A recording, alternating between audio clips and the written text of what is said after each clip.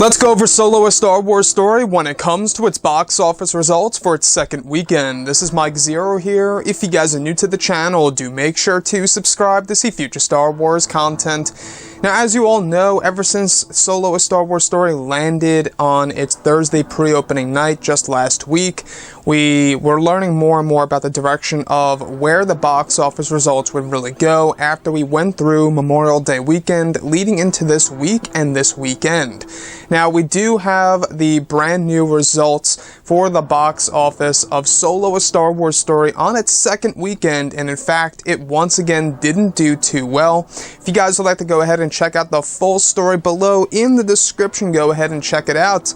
Now, the movie actually fell 29.3 million short, and this comes from 4,381 locations.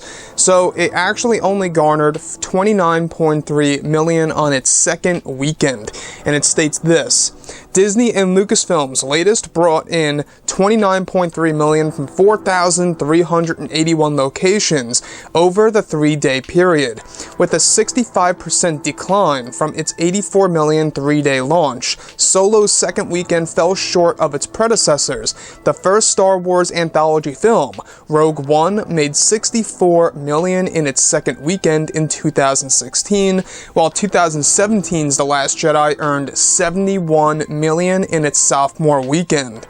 Now, looking at everything when it comes to Solo: A Star Wars Story, you can see the numbers right then and there.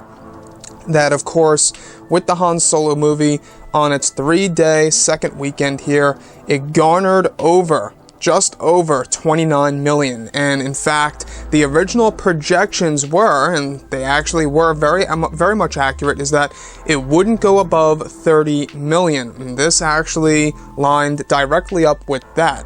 Now, this comes all from 4,381 locations, and this is actually a 65% decline from the 84 million 3-day launch just last week during Memorial Day weekend. Now, what does this mean for the Solo: A Star Wars Story sequels out there? This is a big subject right now as to what Disney is going to do with those movies. Now, we do know that Alden Ehrenreich is signed on for more, Emilia Clarke, and even the actress who portrayed Enfys Nest and more. So what's really to come for the Han Solo sequels, one of which most likely would definitely actually have a big cameo of Jabba the Hutt, because if you look at the end of the movie, there's a direct, I would guess you could say, hint that that's where we are going. Now, looking at Solo: A Star Wars Story specifically, alright, the fact that it only made that much on its second weekend in comparison to the two other films, such as Rogue One and The Last Jedi, a lot of media sites out there have been going over that this is big trouble for Disney because its third weekend, there's pretty much no contest here against Jurassic World 2, which, by the way, launches just next week. So this is the big problem here, is because we do know that now Disney is listening to the fans all the more so, and I think it's all because money talks, right? They're realizing that this movie dipped, it didn't do too well at the box office in comparison to all the other Disney-era Star Wars films. In fact, I think I read somewhere that this is the lowest the Star Wars movie has ever made on its second weekend to date. And that, to me, you know, it's not a good sign. Now, what does this really mean for the future of the Star Wars franchise as a whole? I think that everything's just going to keep moving forward. As far as the Solo sequels go, however, not quite so sure about that, of what's going to happen with Disney's plan on those movies. That's honestly a big mystery, and I think that obviously this all has to do with The Last Jedi Backlash and the Solo: A Star Wars Story boycott.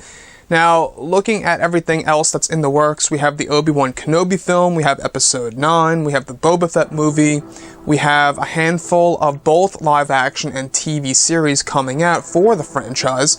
We even have Rian Johnson's trilogy, and, of course, a set of Star Wars movies by the creators of Game of Thrones. Like I say, I really do believe that Kathleen Kennedy should be replaced by somebody else as president of Lucasfilm that really knows exactly what they're doing and just knows Star Wars. Now, I'm not saying that Solo was a terrible film.